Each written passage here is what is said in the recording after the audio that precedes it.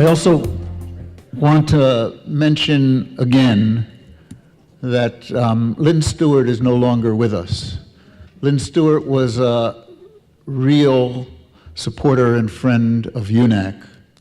And every UNAC conference, when she was in prison and we were fighting for her release, her presence was here in spirit. And when she got out, she was here in person. And she was represented here by Ralph, her husband.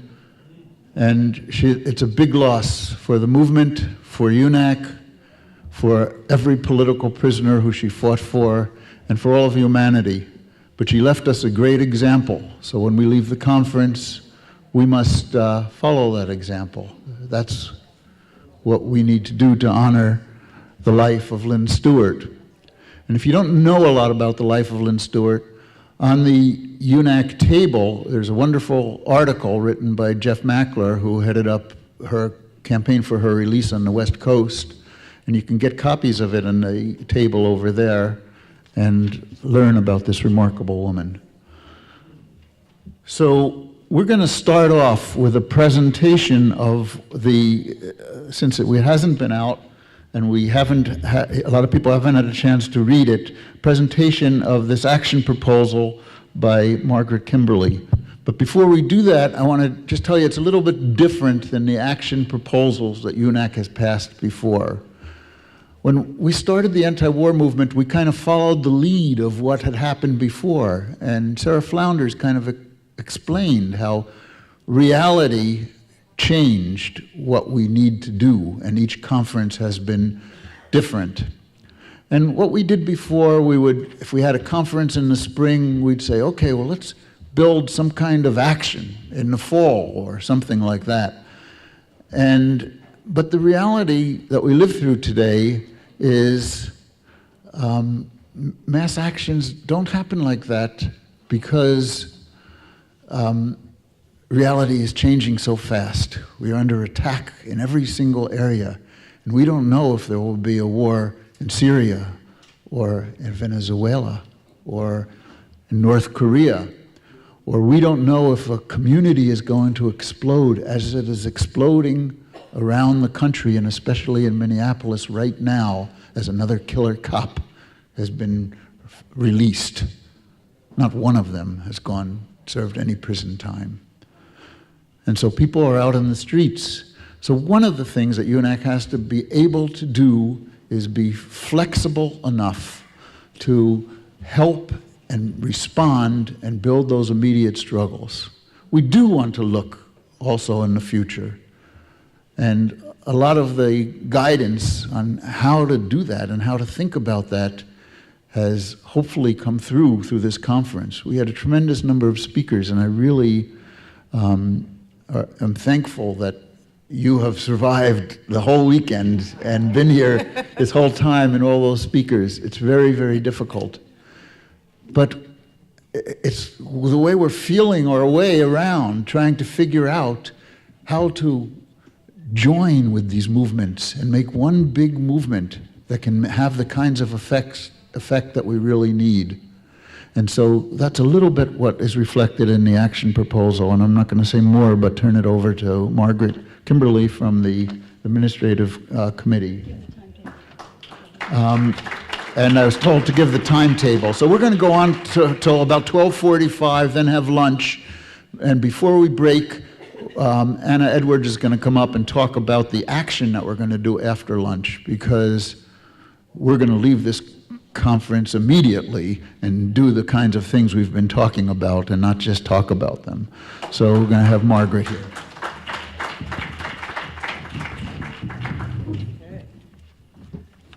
Thank you, Joe. All right. Good morning, everybody.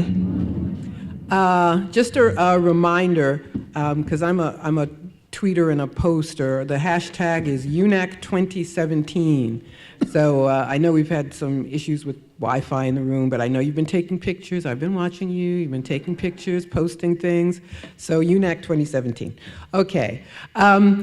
You know, it's difficult to make time for all the things that we want to do at a conference like this. And we've not had, I mean, we had our workshops yesterday, but we haven't had enough opportunity, frankly, for us all to talk to one another and to have more direct conversation person to person.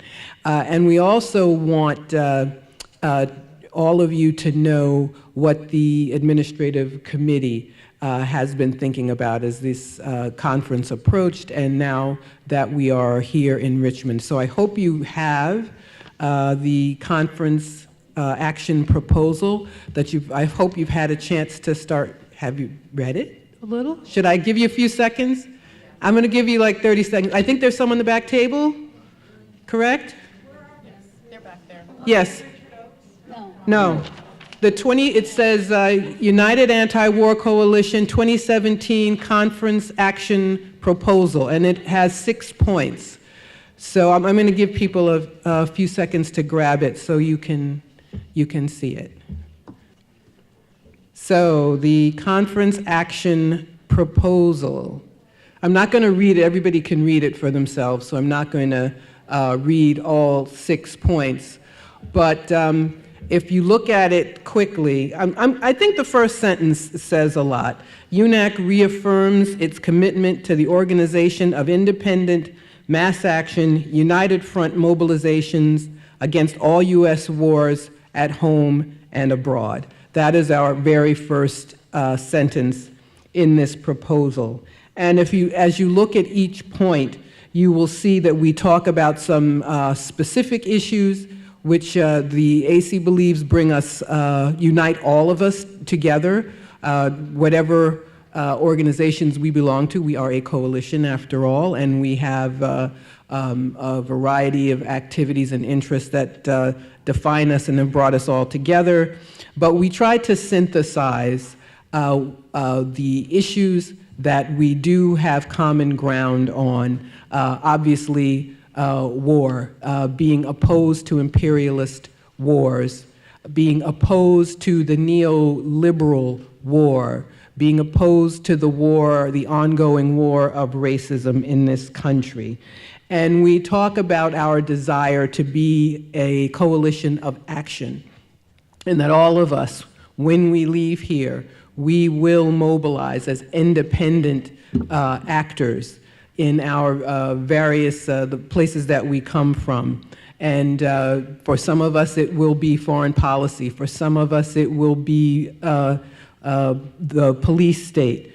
For some of us, it will be various actions. It will be against sanctions, fighting against fascism at home and abroad, fighting against it's kind of funny, Trump turning back the clock on Cuba policy, although we have to say Obama's Cuba policy didn't change all that much, really. And then of course, he renewed the war of sanctions against Venezuela. So, at any rate, I hope that everyone now has had a chance to look at this and to affirm that we have a consensus about our actions once we all leave here. And with our work in our various groups and with the CC and the AC. So I think now are we going to start bringing people up? Yeah. Okay, great. All right, great. So now we're going to have the opportunity that I know many of us have been waiting for all weekend. We are going to hear from you, and we're all going to listen to each other and be in discussion. Thank you. Okay, if you do want to address us, come and stand in front of the mic in the center, so I don't have to call on people. We're going to ask people to speak, have a time limit of 2 minutes so we can hear from as many of you as possible. At the end of this, we are going to take a vote on the document that was Margaret just described, which is really our principles of unity and united action, which is a culmination of the work that we've done here and before we came. So we can get started, and Is someone keeping time? I'll do it. Okay, Margaret's keeping time. Thank you. 2 minutes. Go ahead. All right. Hello, my name is Richard Oakes from Baltimore, Maryland. I support the unity statement that has been presented. In addition, would like to propose that we start a campaign, Stop Arming ISIS. We've been bamboozled. The anti-war movement has a golden opportunity at this critical historical juncture to force an end to the global war on terror because 2 bills in Congress, one pending and one already passed. Representative Tulsi Gabbard of Hawaii introduced H.R. 608. It's the Stop Arming Terrorism Act. According to Representative Gabbard and Hillary's leaked emails and former Senator Bob Graham and many reports, Saudi Arabia has been covertly inciting and arming Wahhabi fundamentalists in ISIS and other extremists in many countries. The JASTA bill has already been passed by Congress. This is the Justice Against Supporters of Terrorism Act, which allows the 9/11 victims' families to sue the Saudi government for its sending up to $500,000 to 2 of the armed named hijackers connected to the Pentagon attack, as revealed in the released 28 pages. This information is a bombshell if it ever gets widely publicized, because the bourgeois media has been haranguing that the U.S. has been 30 fighting seconds. ISIS, when all the while the U.S. has been directly and indirectly arming ISIS. If the working class knew that they have been bamboozled by a double game, excuse me, played by the U.S.-Saudi collaboration, they would rebel against such deception. I strongly urge UNAC to initiate a loud publicity campaign, including direct action and outreach to unions, churches, schools, local governments, 2 minutes. and other groups to expose this subterfuge. Do not forget, the U.S. public was traumatized on 9/11 into supporting the global war on terror in spite of the blowback it may engender. Your time is up. Okay, the last sentence. The left would be remiss if we did not seize this opportunity to wage a campaign to turn the working class against these endless wars. Sir, thank you. Okay. Thank you. My name is Bernard August, and I'm here representing the Green Party of Delaware, and I also run an anti-nuclear organization, the Committee Against Plutonium Economics. I would like to emphasize something positive that would help our organizations to get together here more, that is have a safe renewable energy policy statement within one of the statements here. Because most of the wars we're going after, oil and resource wars. And at home, on the home front here, we could be doing everything individually in our own way to shut down the system by installing solar panels on the house or getting the federal subsidies or working as a community for energy efficiencies and all sorts of economies that support ourselves and clean air and clean water. So I would like to have something on that 1 line. minute. One, okay. And also too is, there's a typo in number 3. It says hands of Syria. It should be hands off Syria. Obviously, thank you.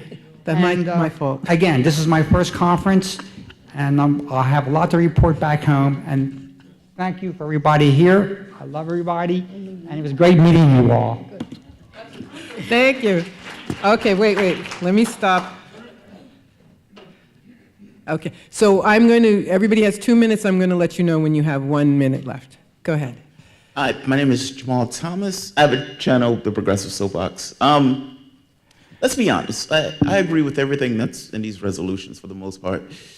None of these things are separate, though. Each and every issue, whether you're talking about environment, climate, war, all these things relate to the model itself, this capitalistic model that has a profit motive associated with it. There's a profit motive associated with each and every thing that you guys are complaining about. Whether it's war, whether it's poverty, whether it's Black Lives Matter, all of these things boil down to we're making a profit off of a particular thing. Unless you're dealing with the model, it doesn't matter. I agree with everything that's on this list, but the list has to take into account the politics of it, meaning you need to find a way to undermine the political system itself. Actions. I don't know what you mean by actions, I'm sorry. Like whether that's protests, whether that's marches, the federal government and the way these things have been arranged right now have terrorist policies. Literally, they will call these people terrorists and lock these people up. Profit motive, meaning each and every person who's working has a narrowed focus on my particular life because those particular people are living in debt and poverty. You're gonna have a hard time getting these people out for actions if those people can't figure out how to make their ends meet. That's all I'm saying. I agree with all of this. It's how do you organize all of these people under one particular thing? I don't think it's individual action. I think one for all, NATO, in that sense. Each and everything that takes place need to happen to each and every person, meaning if something takes place in an environment, something takes place where an African American is being murdered by a cop, all of these forces, all of these groups should react as one. That would be the case I make. Again, I agree with all of this. I think this is awesome. I would argue that there should be some kind of organized thing for each and every organization to come together under one roof in order to make it work. Because otherwise, you're functioning in your own sandbox. The environmental policy would never get nothing through faced with a capitalistic model that it doesn't recognize and is forced in fighting environmental policy. The war policy would never get anything through if it's fighting war, not realizing that this idea is a profit motive. So I'll leave it at that. Thanks, guys. Thank you. Hi, everyone. My name is Debbie Lusignan. I'm the Sane Progressive. There is no way that I can summarize everything in 2 minutes, so this is what I'm going to say to you. I have an experience for the past 2 years of talking to, I've had 10 million views. And my channel is half Trump supporters. Half Trump supporters have been watching this conference. And I am very concerned about the language of othering. I'm telling you, it is not about uniting the right or the left, it is about uniting the people. And there is a whole contingency of people ready to join us. And one of the things that's made my channel successful is I have been talking about politics through and challenging war through taking individual responsibility and then evolving as a collective whole. This has been very powerful. It has gotten many, many people who would be considered the opponents as us. And that is, and identity politics has been used, as we've seen with Barack Obama and Hillary Clinton. We have seen those have been used to wield against us to keep our divide, and we need a common humanity. We cannot use the language of war in trying to create peace, and we must find, not to diminish what the sufferings and the strugglings of all of us who have been, to recognize that, but use that to understand and to move into our collective humanity. I'm going to do a video on Sane Progressive that will articulate this much further later today. You can go to saneprogressive.com on Twitter, Facebook, and YouTube. And I welcome you to the community, and I welcome every single speaker here to come on my show, as I can give you tens of thousands of views for your message. Thank you very much. Debbie. Less than 2. My name is Claudia Stauber, and I also have an online channel called Cabin Talk. I came because of Debbie, actually. She brought me here.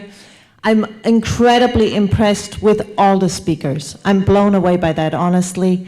What I don't hear addressed at all is a war that is waged on all of us every single day in our sky, mostly by Raytheon. It's called geoengineering. You can call it chemtrails. You will only get conspiracy theory stuff. You call it geoengineering, you will get science. So I urge everybody to go on geoengineeringwatch.org and find out about it, because when you look at the sky, we no longer have blue skies with fluffy clouds. We have lines in them. And they're spraying us with aluminum, strontium, barium. There is science. It's not a conspiracy. It's even been in the mainstream media. So I would urge this panel in the next meeting to really, truly address the war that is waged on almost 8 billion people. And it doesn't matter what color, what religion, where you're from, where you live in the world. It's on every single one of you. And the reason there is sicknesses on the rise like Alzheimer's is because aluminum is being sprayed in nanoparticulate form. And so I really urge everybody to stop the thinking of conspiracy and look at what they're doing. to each one. Thank you for your time.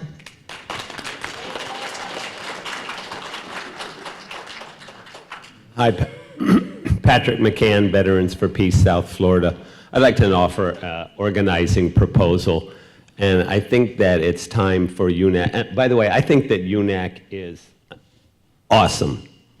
This is the multi-tendency revolutionary formation that we need to build in America. This is the coalition right here. This is the group that we need to build. But my suggestion is that it is time to set up local organizing committees and even regional networks.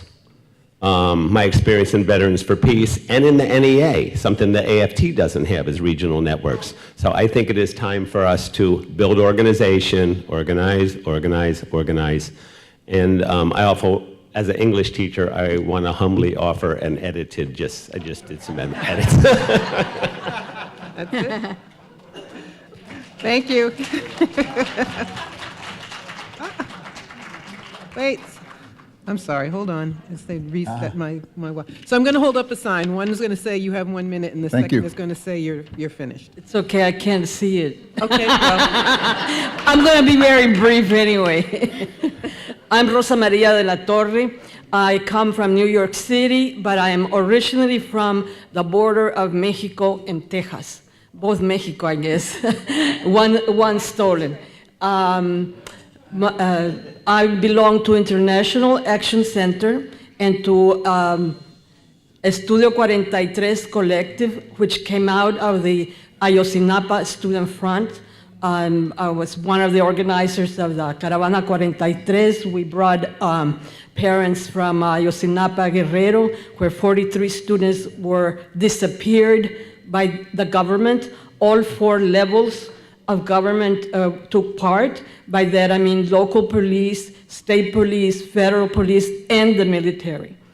To this day, we have not found our children.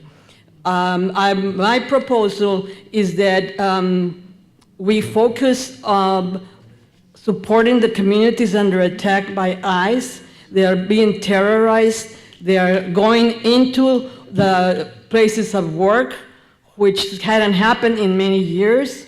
They are even going to schools. Just recently in New York City, ICE tried to speak with a child.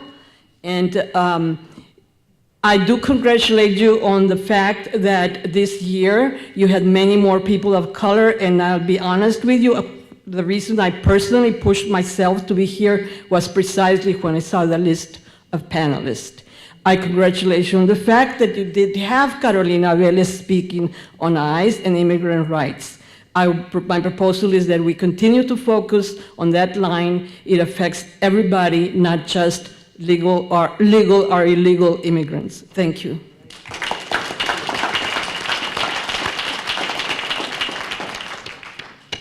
Hi, my name is Taryn Fivik. I'm with Workers' World Party.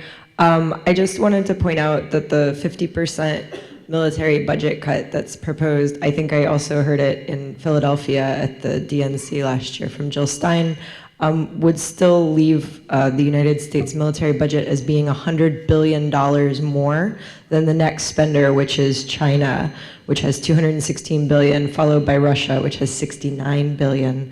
I just think it's not really ambitious enough. And I also think that while we talk about how that money should be redistributed to people here in the form of reparations, we should also talk about how that money could be distributed to countries that are victims of US imperialism in form of reparations as well. So I think that 50%, it seems rather arbitrary, and maybe we should be a little bit more ambitious in abolishing the Pentagon. Thank you.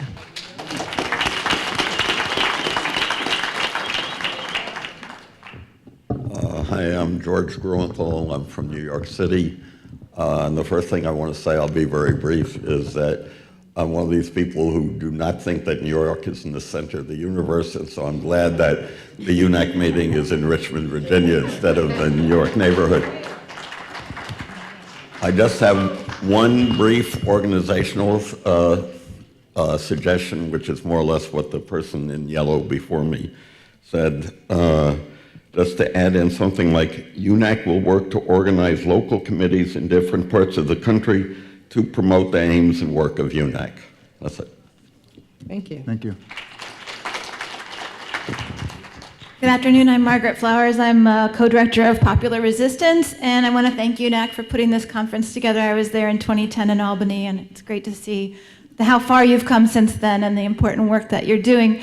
I just wanted to make a few comments because when I look at this statement, I think that some of the wisdom that we heard on the panel this morning is not reflected in this plan here. And so we heard Glenn talk about the need for truth, and David talked about the need for clarity. I think right now in this misinformation environment that we live in, especially with all the Russiagate stuff that's going on, and really every conflict, there are lies around it. So I would like to see much more information coming out to kind of challenge those lies that we see out there. And I think Ajamu gave one method, which would be encouraging people to do op-eds and letter to the editors and things like that. Social media is another opportunity for that. I think Ajamu also said the importance of bringing forward a positive plan. You know, when I racked my brain this morning thinking about, well, how do we actually reach people to oppose war? I mean, the risk of increasing insecurity in the world, the money that's being spent, the risk of nuclear annihilation do not seem to be enough to mobilize people.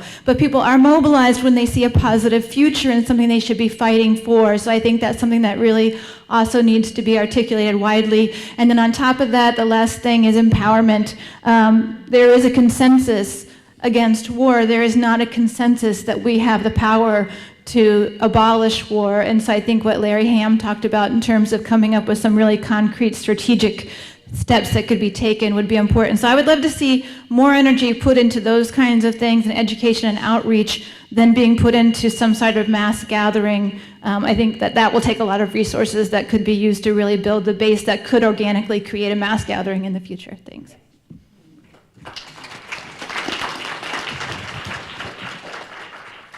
My name is Kevin Zeese. I'm also with Popular Resistance, and thank everyone for staying for so long, and the speakers this morning were great. I think what we heard this morning really was a description of how UNAC can form a critical part of a political formation that's much needed in the United States, one that really unites these anti-capitalist, anti-racist, anti-imperialist forces, and I think that's so needed, and so I think that's what your focus should be, and that's great. But if we did that, let's say we accomplished that, we would still be a tiny minority of the U.S. political culture.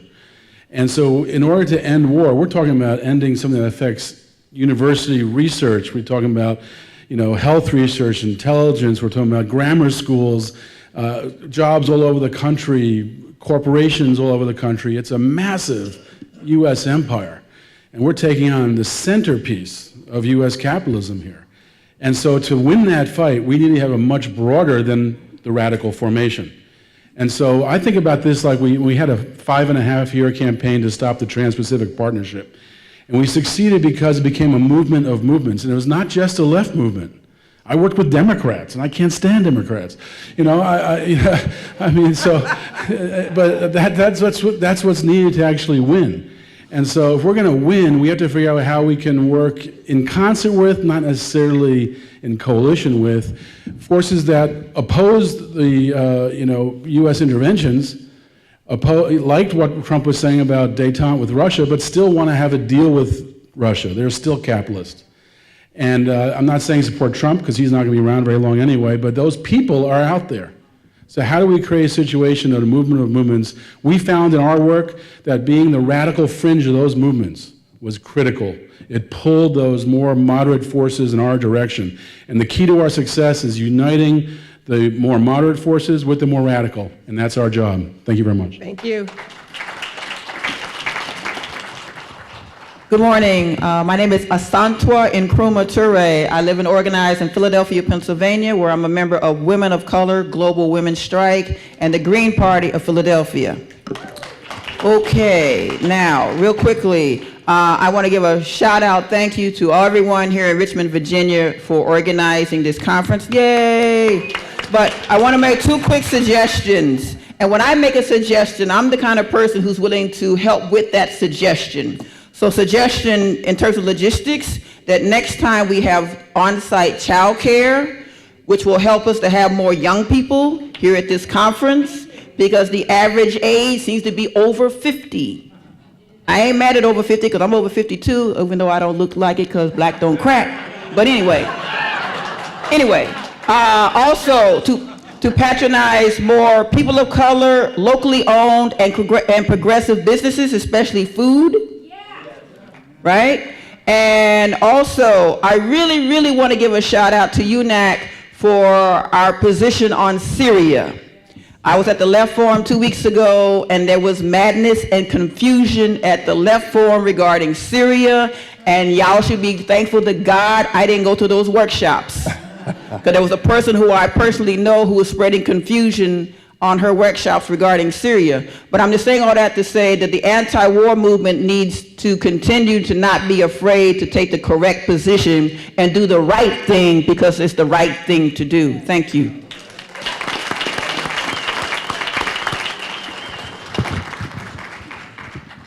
أعوذ بالله من الشيطان الرجيم بسم الله الرحمن الرحيم. Please speak into the microphone and speak up, sir. أعوذ بالله من الشيطان الرجيم بسم الله الرحمن الرحيم. My name is Julio. I offer loving greetings to everyone who's here, to the panel, everyone on the conference, and everyone who is listening and who will listen to this all over the world. You should know that there are many people who are victims of their governments. We are. That's what's happening. That's why we're bombing all you people in the world. We don't want that. You don't want that. There are a lot of people who don't want to do that. We can make this peace if we work together. Wherever you are, there are people fighting war. There are people who want peace. Join those people. Do what you can where you are. We're going to do what we can where we are. It's the truth that we share within us. We have that truth within us that pushes us to follow and to do good things, to avoid the wars, to prevent the wars. You can do that too. So let's work together. Let's work for the world that should be and not the world that is. Alhamdulillah.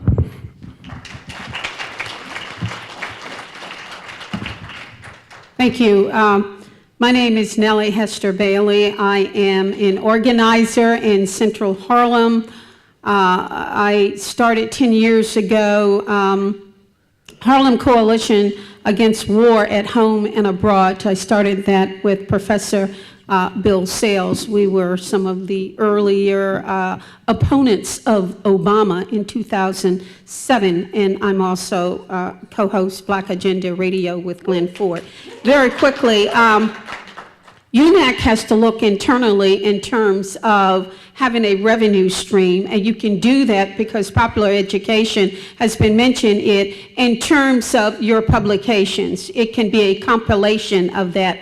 Everybody does it, and you can sell it because people can leave with understanding your positions, and you can also pull together a package of videotapes and showing the chronological progression of your time. Very quickly, also on the issue of Israel, I have yet to come to a conference where anybody talks about Israel nuclear armory. You don't talk about that. They are the only non-failed state in the region with that power, and why aren't we talking about it? And I would suggest some of the reasons is because of the Democratic Party. We don't need to go there. Truth is, in fact, our mission. A couple of other things, just in terms of the local population. You know, when you come to a conference, you want to see the local people. And maybe some thought, as we have been trying to tell the Left Forum, is that you sponsor local people. They have to pay for car fare to come here. They have to buy lunch. So if you're going to have someone come in from Detroit, Michigan, or whatever, then you should be able to sponsor local residents so that we can have that interaction. And that's the only way you're going to expand. And then lastly, you didn't have a panel on gentrification, and that is the ultimate assault against all people. Black people, white people, moderate income people, poor people. You have to talk about that, and you don't talk about that enough, and you didn't at all this time. That's Nellie Bailey from the Harlem Tenants Association and Harlem Tenants Council. and a great activist from New York. Yes, next. Hello, everybody. I'm Cynthia Papermaster. I work with the Golden Gate Code Pink chapter in Berkeley, California. And this is Jiminy Wink. She's a Code Pink activist as well. There are two elements that I'd love to see included in your proposal, and they both start with E. And one is economics.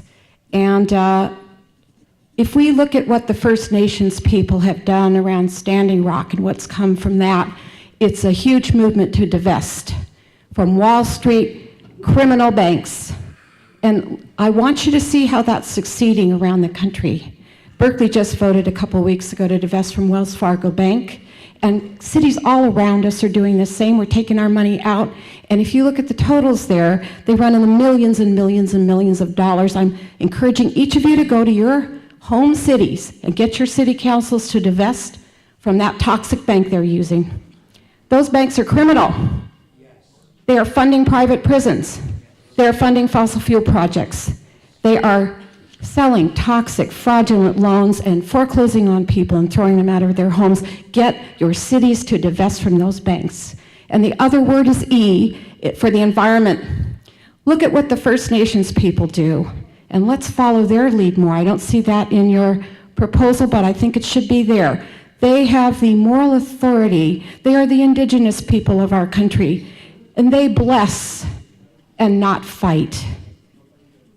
And they bless the people they work with. We need to unify with everybody. We don't have time with the oceans rising, the climate change that's happening around us. We do not have time and the luxury of having mass demonstrations in the street, which really are so easy to ignore. We need to go inside every time. Let's have those, if we're going to march, let's get inside. Let's go right into their offices and sit right down in there. Let's not be in the street. So thank you for listening to me, and let's make this a justice economy, not a war economy. Thanks.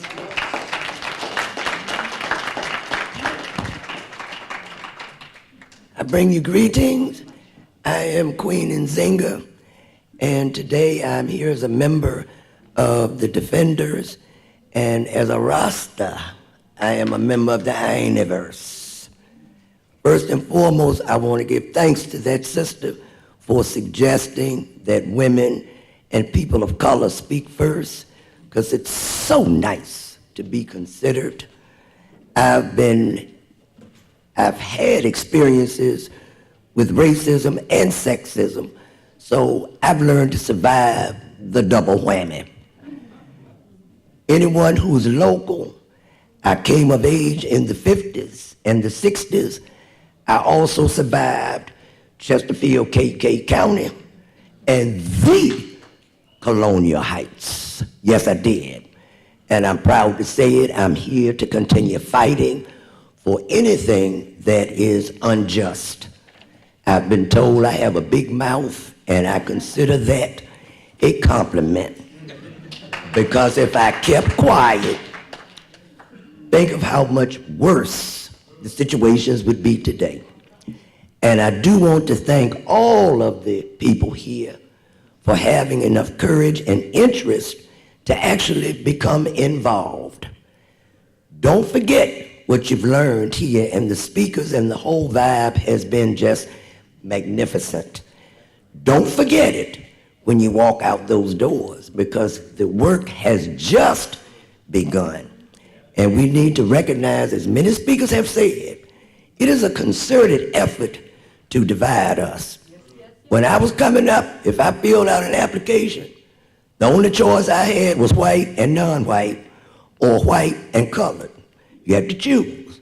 Now, it's black, not of Hispanic origin, black of African origin, or what's another, to Tiger Woods, black of Pacific Island origin. Thank you. So we've got to get rid of those things that divide us. And because you don't experience it, doesn't mean it does not exist. Open up that third eye. Peace and love. Thank you.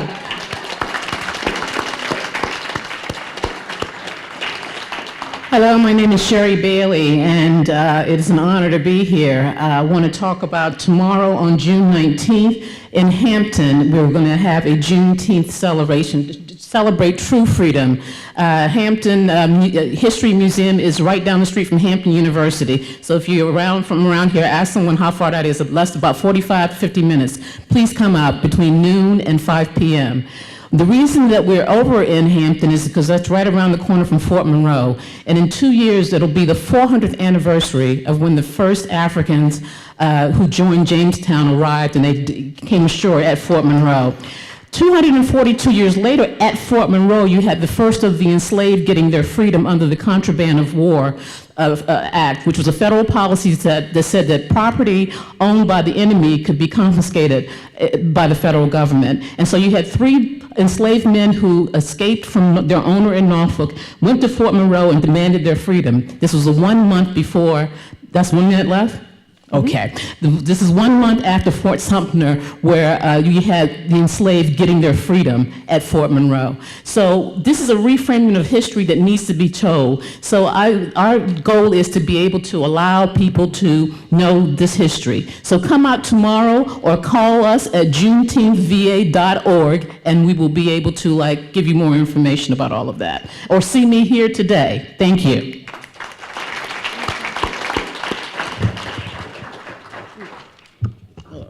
Hey, I'm John from Workers World, and I just have 2 concrete proposals.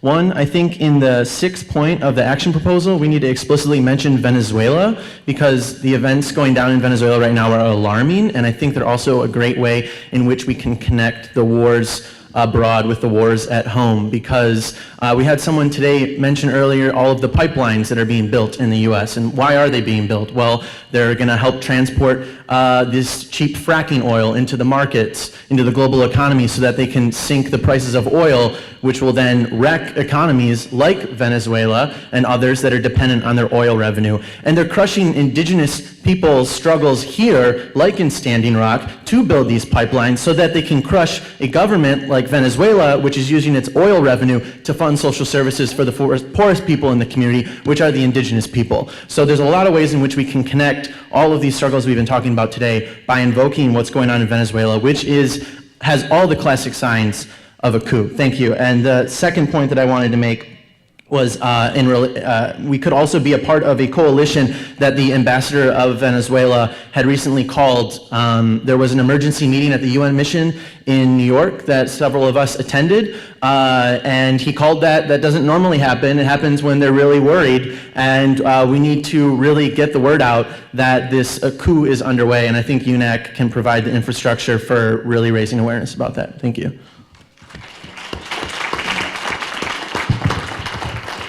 Hello, my name is Curry O'Day. I'm a graduate student in philosophy at Texas A&M University. I'm here with my colleague Patrick.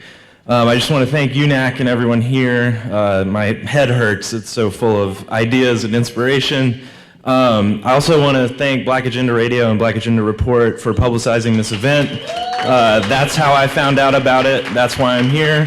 I want to give a special shout out to my brothers and sister Ed, James, and Ann right here on the front lines of the fight against the horrible drone wars that are going on in upstate New York. They need our help as they continue to face charges for obstructing a federal agency, which is what we're all here to do, right? The Federal Agency of Imperialism. Is there any greater threat to peace than robotic war? You can't convince a robot to lay down its arms, right? I'm here to say that we need students. I am a student and an educator. I'm greatly inspired by the work of the Palestinian Solidarity Committee at UT Austin. I encourage you to look them up. I want to push back on something Sister Bernadette said earlier. Students are workers. All right, I don't know if you've heard about what's going on with tuition, but we have to work to be in school. Students are the proletariat. There's no distinction between students and workers. That's a bourgeois distinction. There's no reason not to galvanize this body of people before they're churned up and spat out by the capitalist machine, all right? 10% of my income goes to fees. We need to liberate students from debt so that they can fight for peace. They have too much to risk right now to get out on the streets with us. We need to divest our universities from war And we need to repopulate the unions. My age group has no consciousness of unions. We need to re-educate young people about what unions have done and can do. Thank you very much. I just want to second what the brother said about the friends from upstate New York and the drone work they've been doing at the Hancock base. It is really incredible and an inspiration for all of us. And UNAC really applauds you for it and really wants to be a bigger part of it. And Creech in Nevada. Hi, my name's Amanda Chartier. I was born in Maine, but I'm currently in Virginia and have been there for much too long, but I love it anyway. The Congress lady, Representative Barbara Lee, has been the strongest voice for anti-war, and she's really like, you know, all the unauthorized attacks that's been going on. We hear all these things about Russia and Russia. That's really, we're not getting anywhere too fast, but the fact that the president's current administration is unauthorized attack, that's really illegal and not supposed to happen. So, what'd that fine lady say? Something about blessing each other.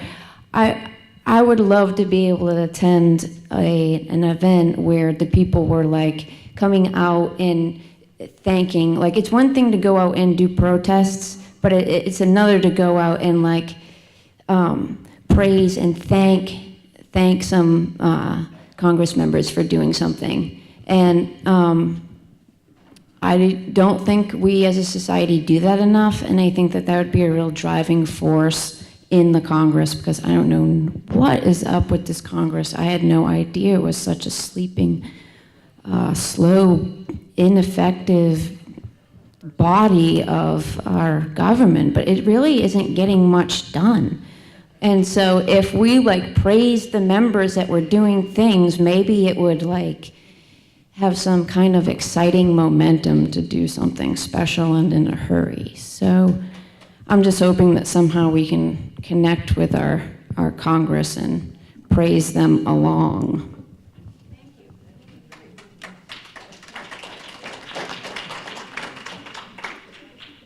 Hello, my name is Pat Walter. I'm here thanks to my... Speak up, please. I'm not used to this. Pull one. it down. Pull it down. Yeah. I'm here thanks to my wonderful friend Arlene, who has introduced me to UNAC and lots of other wonderful organizations. I hope I can read some of my notes, but as Whitney mentioned the other day, is that pipelines and environmental issues affect everybody.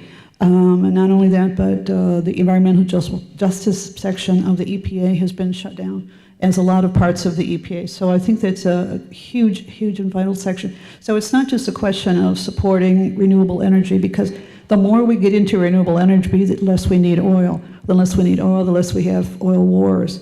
So that, to me, is an economic impact. And I'm certainly, everybody in the universe has heard about Flint, Michigan.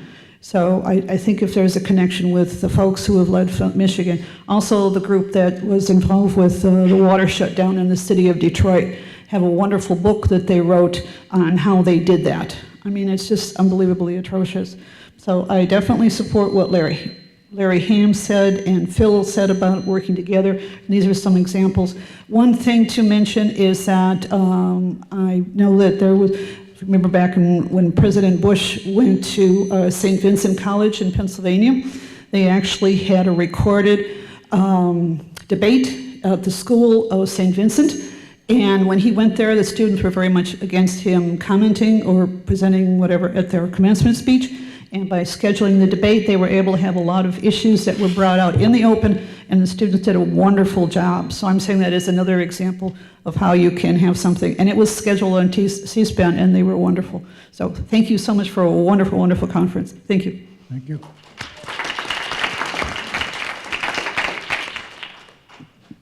Go ahead. Hi, I'm Betty Davis. I'm with the New Abolitionist Movement, but I'm also, this time, wearing the hat for the Lynn Stewart organization. I want to continue the legacy of Lynn Stewart and her through this organization. And one of the things she mandated is that we continue to support the role of political prisoners in our daily lives. So what I have here is an appeal from Jalil Montekim. And one of the things he is asking through the Northeast Political Prisoner Contingent, which is headed by Sekou Odenga, who many of you helped us liberate, as you know. We want to strengthen our capacity to represent our political prisoners. We want to broaden the base of unity and support among the New African, Black, Native American, Puerto Rican, Chicano, Mexicano, and European American anti-racist and anti-imperialist trends in the overall struggle. Specifically, we want to create a political environment to build international solidarity among progressives around the world in support of our political prisoners. Specifically, we want the UN to investigate, along with progressive nations all over the world, the existence and the treatment and the violations of US political prisoners. And we're saying all of them. We're not just talking about political prisoners from the liberation struggle of the 60s. We're talking about the environmentalists who are getting horrendous sentences, and the ones who are protesting right now against the drones and against the war. That's my hat as a political prisoner supporter. Now I want to switch to my hat as an educator. All of you have mentioned education. If you support the concept of community control and adopt a high school, you could enlist as a speaker, and you can volunteer to get the ROTC out of our schools. So think in terms of adopting a public high school. Be there for the PTA. As a community person, you have that right. Thank you.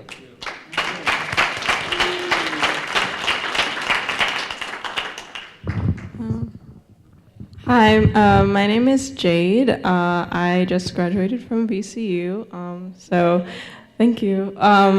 So I just wanted to briefly make some suggestions. The first is in terms of outreach for this conference. I would really like to see more outreach directed towards young people, and specifically to emphasize when that outreach is going on, to emphasize that it's not just about like the anti-war movement, because I feel like a lot of young people associate that with older generations and might be kind of like dissuaded from attending. And I know that I say that because I have been guilty of that in the past. So that's just one thing to emphasize, that it is inherently very multifaceted, and that's actually something that being here, I know, is like constantly reinforced. Another suggestion that I have is for accessibility. I would really like to see some ASL translators and Spanish translators here.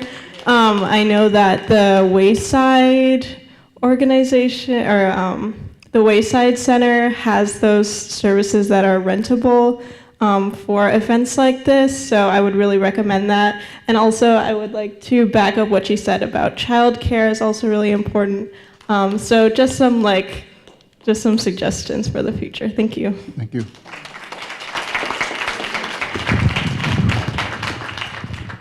Revolutionary greeting. My name is Lee Robinson.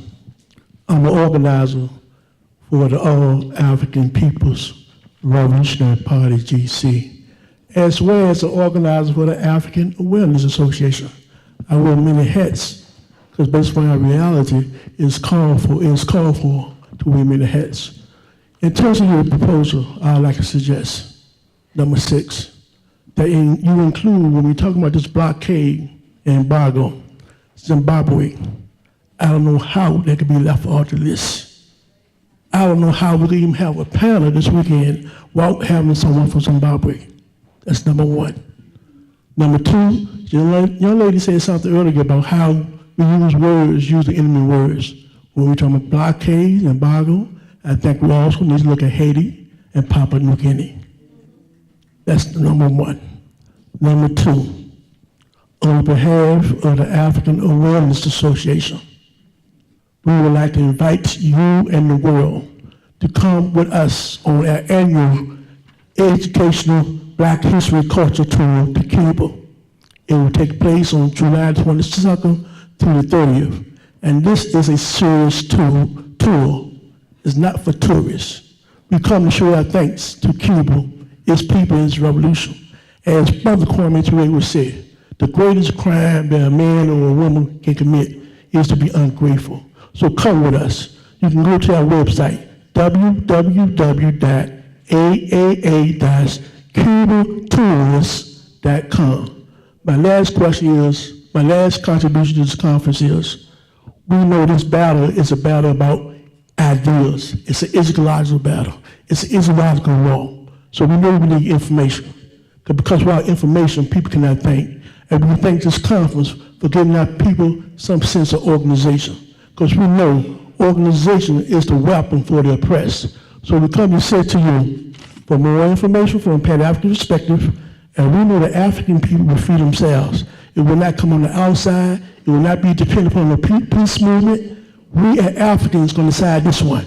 We know the solution to our problem is the African Revolution. That's the Pan-Africanism, the total liberation and unification of Africa under scientific socialism. And we're going to do that. For more information, go to the website www.a-prp-gc.org. Some people write things into history, some people write things out.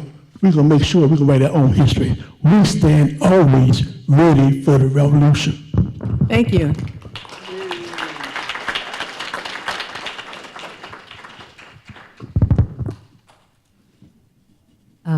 Sarah Flounders. I want to take some personal responsibility on when you're reviewing a statement and making sure it includes so many things. Fatigue plays into this too. So important issues can get left out. Today I raised the important struggle from the very beginning of UNAC to include Palestine. Whoops. Oh. We got to put it in. And we fought a real struggle, and all U.S. aid to Israel. We still stand for that. And to say at the same time, very much in support of including Zimbabwe, blockaded, sanctioned, including Haiti, including Venezuela. It's not just space on a page, it's including real struggles going on. So I think the administrative committee, and a lot of good suggestions came up here, including housing. Okay, 1 minute, so I'll just, including reparations and the demand for reparations. And also to really say no ban, no raids. We need to include immigrants and Muslims. This statement includes a lot, and I think we can take just a few more steps to make it even more inclusive of the real movements today. And all of us are supportive of these, and in one way or another it came up during this conference, so we'll try to refine this statement even more. Thank you.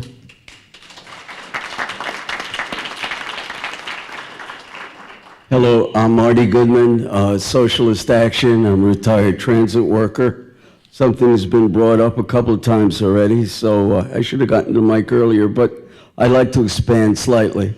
I would like the list to include an end to the UN occupation of Haiti. That's an issue that needs to be addressed by the left and the anti-war forces, and it always seems to be left out. Even the lists that I've heard tonight or yesterday of the occupied countries, Haiti was omitted. The U.S. occupation, U.S.-led UN occupation, has led to all kinds of catastrophes. You talk about Russia and Russian meddling. Well, I haven't seen the proof, but the proof is in Haiti. WikiLeaks revealed that under the occupation, the Clintons manipulated the election there and got a Duvalier-ist thug elected in Haiti. Okay? Also, the Clintons were involved, and WikiLeaks also documents this, to keep down the minimum wage in Haiti, the poorest country in the Western Hemisphere. Hillary and Bill Clinton worked to keep the wages down. Lastly, the UN denied responsibility for the cholera outbreak. The Nepalese contingent dumped waste into drinking water and a river used for drinking and bathing, and they denied responsibility for this. All the people involved with the occupation, including all the way to the top, Obama, and all the way down, 9,500 people died in Haiti as a result of this cholera.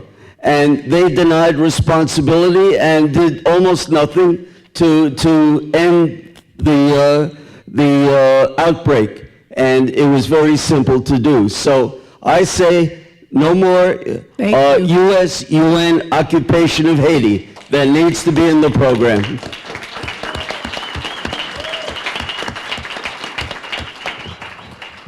Hello, my name is David Rold. I'm an anti-imperialist revolutionary in Boston, and I'm a member of several organizations that are members of UNAC. And I think this conference was just really, really wonderful to hear like so many speakers who like all had an anti-imperialist, anti-capitalist perspective, and to have hundreds of people here united against this racist, white supremacist, capitalist U.S. empire. And I unite with the proposal, and I unite with most of the suggestions for things to add to the proposal. But like, we had a panel yesterday on Africa. The woman, I didn't catch her name, who spoke about the use of denying food as a weapon in Africa. She was really great. And I'd like to see more about Africa in the proposal. I unite with like adding that we support Zimbabwe against the embargo, but there are U.S.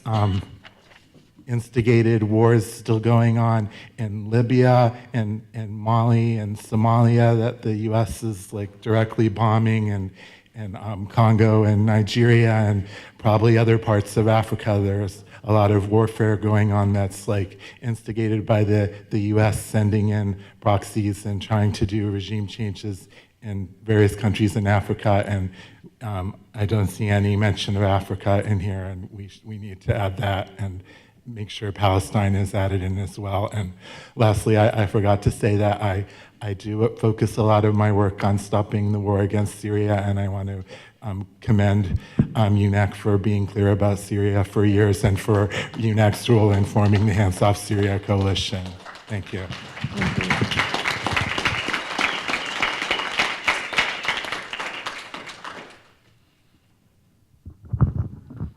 Hi, my name is Patrick Anderson, and I'm a graduate student at Texas A&M University.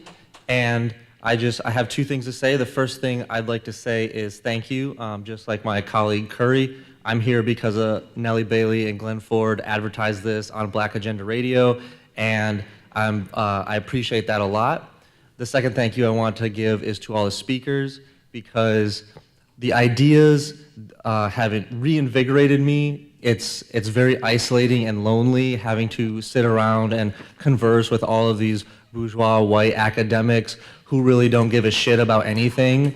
And so to come here and like be around people who have ideas and who care, it's amazing. And I'm already figuring out ways to incorporate some of these things into my classes, and I'll tell you, my students have no idea what's about to hit them.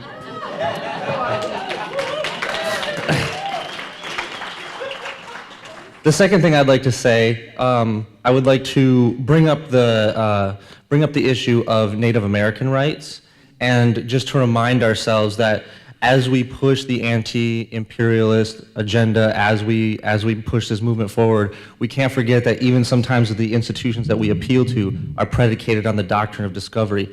James Ricks beautifully pointed this out with a poem yesterday, and Nellie Bailey mentioned gentrification, and I think these are linked. If you think about it, genocide and gentrification are etymologically linked. These are two modes of dealing with supposed so-called unwanted people.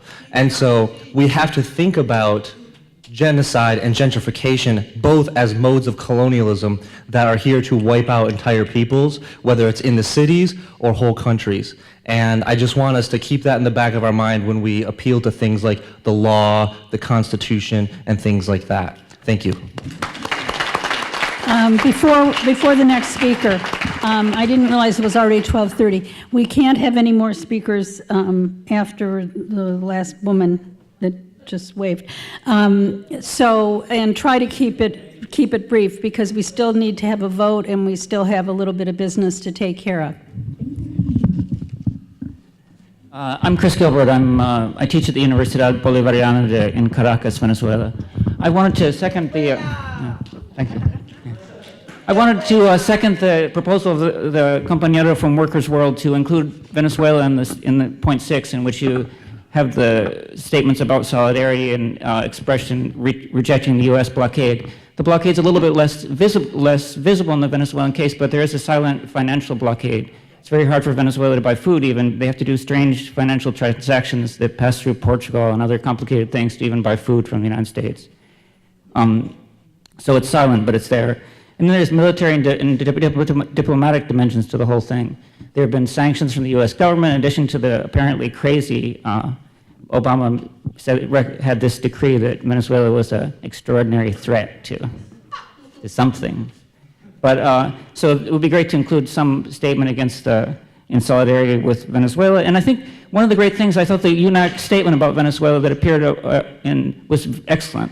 So many people have adopted a kind of neither nor attitude in the left, and that's totally wrong. And the other important thing is sometimes they say, oh, well, we just have solidarity with the people of Venezuela, but it's a little bit more complicated than that, because the government is whatever criticisms you might have of the government is the hope that the people will have a future in Venezuela. So it's a little bit mistaken to say, oh, the government, we only support the people of Venezuela. Yes, but the government still maintains it's the hope for Venezuelan people to have a future. So that could be brought in mind. I want to say a little thing about Colombia.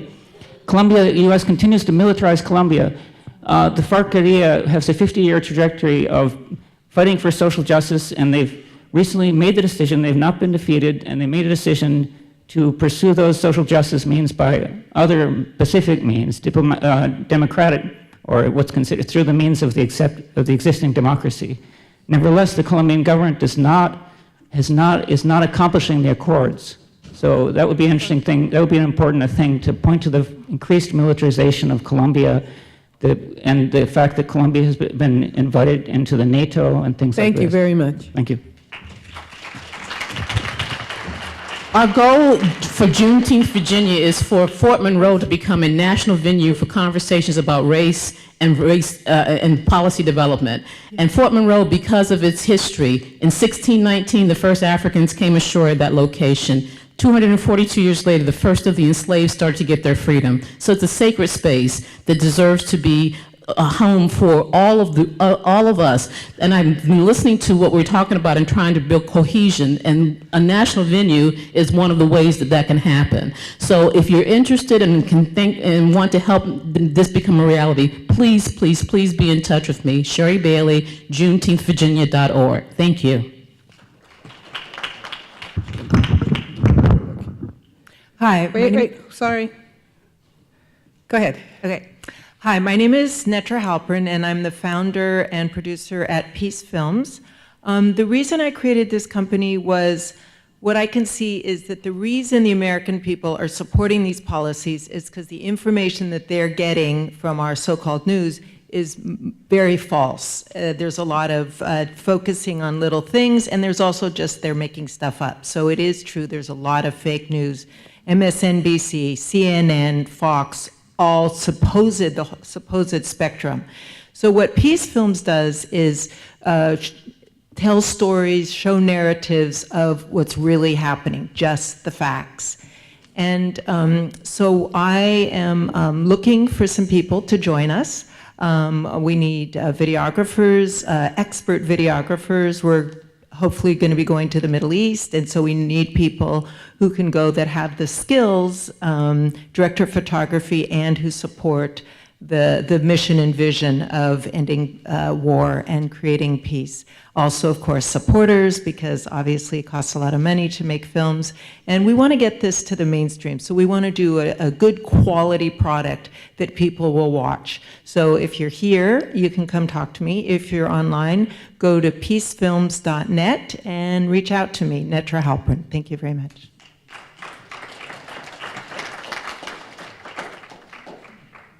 Hello, my name is Catherine Wilkerson. I'm from Ann Arbor, Michigan. I'm an associate member of Veterans for Peace. Recently, my husband died from cancer caused by Agent Orange, and I would like to recommend to everyone here that you familiarize yourself with the Full Disclosure Project from Veterans for Peace if you have not already done so, which seeks to counter the propaganda being promoted by the 13-year effort to rehabilitate the legacy of the Vietnam War. I also would like to say with regard to what Netra just said that I think it's really important for us to not only promote art and culture as a way of fighting against war and injustice, but to critique it as well. And when the Ken Burns documentary starts in September, I think it's important that we all critique that carefully, as Ken Burns cannot even say that he believes that the Vietnam War was an unjust war. So I hope that this will be a way that we can remember that the Vietnam War and its legacy continues to this day in terms of how we are being fed more propaganda for the wars that we're fighting now. Thank you.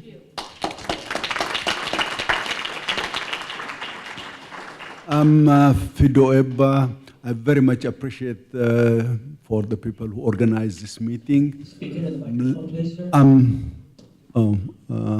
Is that okay now? Yes. Yes, okay. raise Yeah, it. my name is Fido Ebba. Originally, I came from the Horn of Africa as a refugee. My people, the Oromo, yeah, thank you. Some of you know about it already. These are Cushitic people originally, the first people who created human civilization. But now in the Horn of Africa, particularly in Ethiopia, we are suffering. The suffering of the people in the Horn of Africa is unknown to many. Yet there is a war going on. War machinery supplied by our tax money, particularly United States and UK. The support of, again, United States, UK, and Israel is destroying the lives of many. Many people are dying in prisons as refugees, particularly women. In 2014, over 110,000 people go to Yemen. You know the situation in Yemen today. Children is unbelievable. So I'm happy to come to know this organization, and more of Africa should be talked. Because it's completely forgotten for centuries and it's still being forgotten. Thank you very much. I appreciate it. Thank you. Hi, I'm Seshadri Srinivas from St. Paul, Minnesota. And I thank you all for bringing this very important issue. And I have one problem. We all know the brutal military characteristic of this US imperialism started with the war on the Native Americans.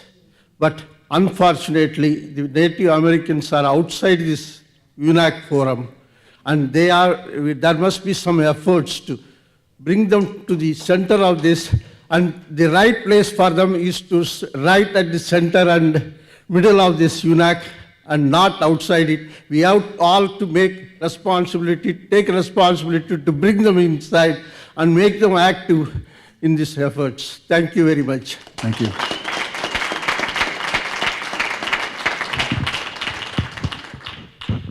Good afternoon. My name is Jacqueline Lukman, and I am the co-founder of a very small social media. Could you stand a little closer to the microphone? I'm sorry. I'm the co-founder of a very small social media politics and social issues site called Coffee, Current Events and Politics. But I've been active in social and racial justice issues pretty much since I was 20. And this is a wonderful gathering of people. It's wonderful to be in a space where it is not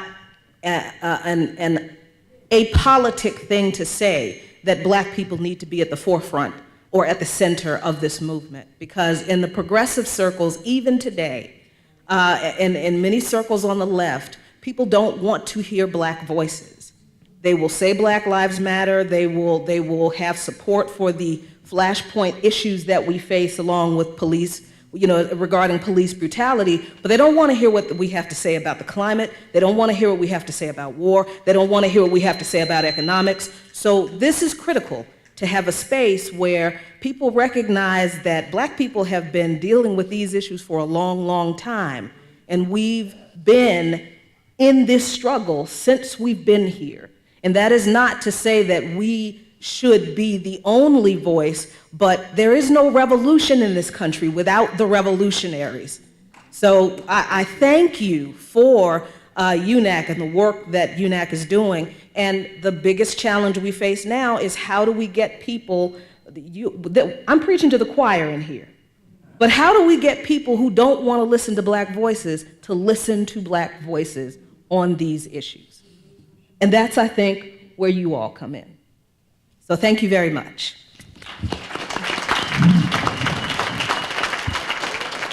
Thank you. This has really been wonderful. I want to read a statement from two of our Canadian visitors who had to leave, and then we'll wrap things up.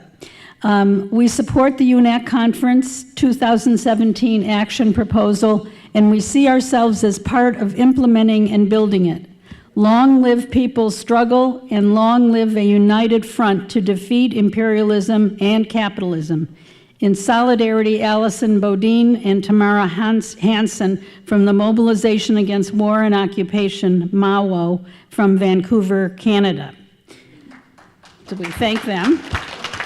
This has been wonderful. This is exactly what is needed, and everyone got a chance to speak, and it was terrific. As Sarah said earlier, this action proposal is a culmination of something that we can unite around and come out of the conference, but it was a draft, and it was unfortunately a last-minute draft, and there were a number of things left out, but we will polish it up. Consider this a draft from the conference. We'll polish it up. We'll put in those things that are essential and missing, and we'll distribute to all of you and to everyone the finished product of what we came up with and how we can go forward in this movement. So we're going to wrap this up now, and we're going to take a vote.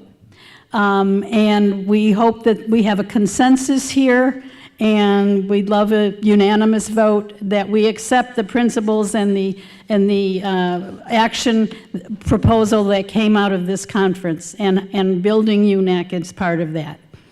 All in favor? Aye. Any opposed? Thank you. That was unanimous and wonderful way to end. I'm going to ask Anna to come up now to say a few words about the march this afternoon and the importance of those who can to stick around, to come back after lunch and join us. Thank you very much. We are going to, we're going to lunch. We will come back here and convene. Are we roughly on time? Yes. So 2:30 is the time that we will convene in order to march down to the burial ground in Shockoe Bottom. It's a 0.9 mile walk, so slightly less than 1 mile, and it's downhill. So that's a nice thing.